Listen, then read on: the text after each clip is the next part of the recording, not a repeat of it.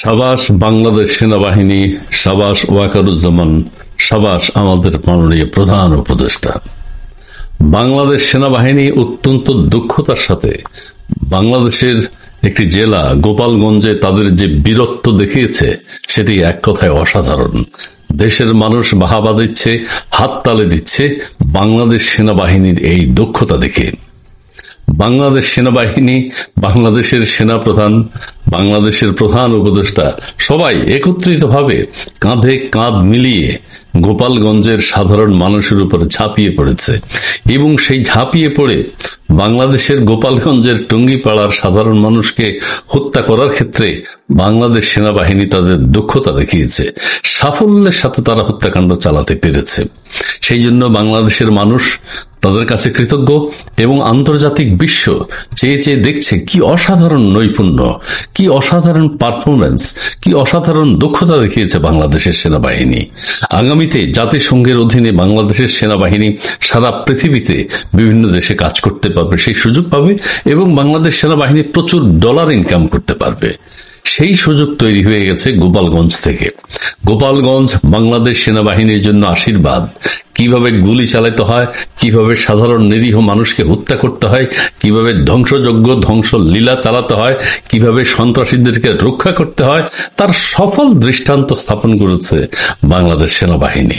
আমাদের professor doctor Mohammad Yunus হেসে হেসে লাফিয়ে লাফিয়ে সেই সব ভিডিও দেখে উৎসাহ পেয়েছেন এবং বাংলাদেশ সেনাবাহিনীকে বাহাবা দিয়েছেন তিনি। বাংলাদেশের আপামর জনসাধারণ মাননীয় প্রধান উপদেষ্টার সাথে তাল মিলিয়ে বাংলাদেশ সেনাবাহিনীকে সাধুবাদ জানাতে পিছপা হচ্ছে না। বাংলাদেশ সেনাবাহিনী এগিয়ে যাক, তাদের দক্ষতা, তাদের যে নৈপুণ্য, তাদের যে অসাধারণ কৃতিত্ব আমরা দেখেছি, সেই জন্য বাংলাদেশ সেনাবাহিনীকে বাংলাদেশের সর্বোচ্চ মর্যাদার আসনে অধিষ্ঠিত করতে হবে। বাংলাদেশের যে কি প্রেমিক সেনাবাহিনী, যেন এই সেনাবাহিনী বাংলাদেশে কেউ কেউ বলছেন যে হ্যাঁ, এইভাবে যদি কাজ করতে পারে বাংলাদেশ সেনাবাহিনীকে বিদেশে পাঠিয়ে দেওয়া হোক। যুদ্ধপ্রবণ যেসব দেশ রয়েছে সেখানে বাংলাদেশ সেনাবাহিনী যুদ্ধ করুক। বাংলাদেশের সেনাবাহিনীর আদৌ কোনো প্রয়োজন নেই, কারণ তারা এখানে যাদের সাথে যুদ্ধ করবেন তারা অত্যন্ত দুর্বল, নিরীহ সাধারণ মানুষ। সো তাদের সাথে যুদ্ধ চলে না, শুধুমাত্র হত্যাই করতে পারে এবং তারা গোপালগঞ্জে সেটি করেছেন। কাজে তাদের জন্য আরো সশস্ত্র সিরিয়া, ইউক্রেন, রাশিয়া এই ধরনের যুদ্ধক্ষেত্রগুলো তাদের জন্য প্রয়োজন। বাংলাদেশ সেনাবাহিনী সেদিকে যাবে এবং তাদের আরো যে ইনার পাওয়ার আছে সেটি তারা সেসব যুদ্ধক্ষেত্রে প্রদর্শন করতে পারবেন। আমাদের ডক্টর মোহাম্মদ ইউনূস তিনি কিছুদিন আগে, তার কয়েক মাস আগের একটা ভিডিও বেশ আলোচিত হচ্ছে, তিনি সেখানে বলেছেন ওদেরকে গ্রামে গঞ্জে কোথাও থাকতে দেব না, তেজি হতে হবে, তাদেরকে ভাগিয়ে দিতে হবে, তাদেরকে শেষ করে দিতে হবে। কি চমৎকার কথা একজন শান্তিপ্রিয় মানুষ বলেছেন, নোবেল বিজয়ী মানুষ বলেছেন, অসাধারণ। দেশের মানুষ তাকে বাহাবা দিচ্ছে, করতালি দিয়ে তাকে অভ্যর্থনা জানাচ্ছে, উৎসাহ জানাচ্ছে, আপনি এগিয়ে যান, আপনাকে দিয়েই হবে। হ্যাঁ, ডক্টর মোহাম্মদ ইউনূসকে দিয়েই হবে। কারণ হচ্ছে ডক্টর মোহাম্মদ ইউনূসের কোনো ভুল নেই, কিন্তু তিনি যা করছেন আমাদের প্রধান উপদেষ্টা হিসেবে আমরা তাকে ক্ষমতায় বসিয়েছি এবং তার ভেতরে বাংলাদেশ ধ্বংসের জন্য যেসব পরিকল্পনা রয়েছে সেগুলো তিনি বাস্তবায়িত করছেন অত্যন্ত দক্ষতার সাথে, সাফল্যের সাথে। এবং তার বাহিনী যারা রয়েছে উপদেষ্টা মণ্ডলীতে, তারাও সর্বতভাবে আমাদের প্রধান উপদেষ্টাকে সহযোগিতা করছেন, এগিয়ে নিয়ে যাচ্ছেন বাংলাদেশকে ধ্বংস করার ক্ষেত্রে, যাতে কোনো প্রকার অসুবিধার সম্মুখীন তিনি না হন। ডক্টর ইউনূস সাহেব হাসছেন, বাহাবা দিচ্ছেন, তালি দিচ্ছেন সেনাবাহিনীর ভূমিকা দেখে। বাংলাদেশের প্রধান উপদেষ্টা বাহাবা দিচ্ছেন, তালি দিচ্ছেন পুলিশের ভূমিকা দেখে।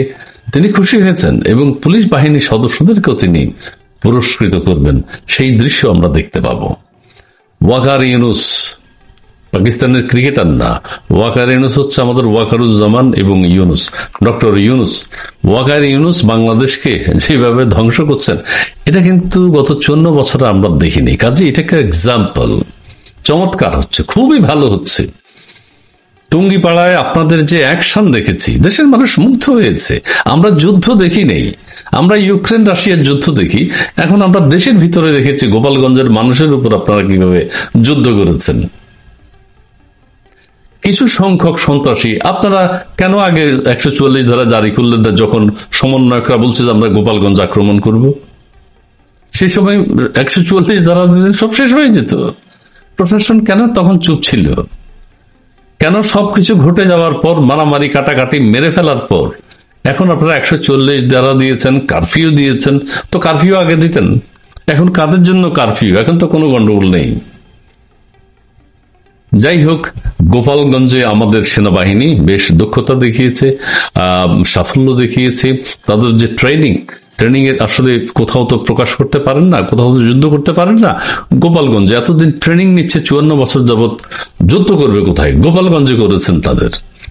তাদেরকে তারা যাচাই করেছেন গোপালগঞ্জে যুদ্ধ করে। বীর বীর বীর আমাদের এখানে জাতীয় বীর যারা খেতাব পাবেন আগামীতে, তাদেরকে আমরা দেখতে পাবো। ব্যাপক ভূমিকা রেখেছেন এবং রাইফেল, পিস্তল, গুলি, ট্যাঙ্ক কিভাবে চালাতে হয় যুদ্ধক্ষেত্রে সেটি আমরা দেখেছি। আরো দেখতে হবে। সবাই ভালো থাকবেন, সুস্থ থাকবেন, সুন্দর থাকবেন। গোপালগঞ্জের সাথে বাংলাদেশের যুদ্ধ আমরা দেখেছি। ধন্যবাদ।